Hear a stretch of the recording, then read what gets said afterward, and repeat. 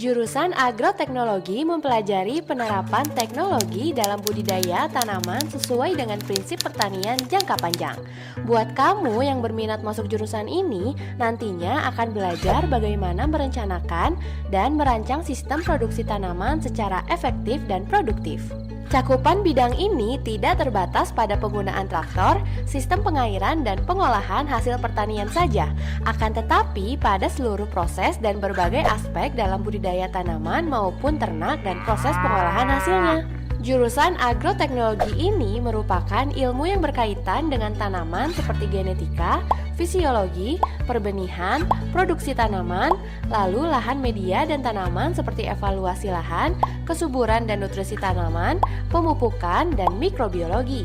Mata kuliah yang dipelajari di jurusan agroteknologi diantaranya seperti pengantar ilmu pertanian, dasar ilmu tanaman, pemasaran agribisnis, kesuburan tanah dan nutrisi tanaman, teknologi pembenihan, teknologi produksi tanaman, rekayasa tanaman, teknologi perlindungan tanaman, bioteknologi pertanian, pengendalian hama dan penyakit terpadu, industri perbenihan, teknologi pasca panen, sistem pertanian berkelanjutan, dasar ilmu tanah, pengantar ilmu ekonomi, biokimia, mekanisasi pertanian, agroklimat, komunikasi pertanian, dan genetika. Mengingat bahwa Indonesia merupakan negara agraris dengan hasil pertanian yang begitu melimpah, prospek dari bidang ini pun terbilang sangat menjanjikan. Pada dasarnya, di jurusan agroteknologi ini, kamu akan mempelajari tentang bagaimana mengelola suatu komoditas mulai dari bibit hingga menjadi sebuah produk.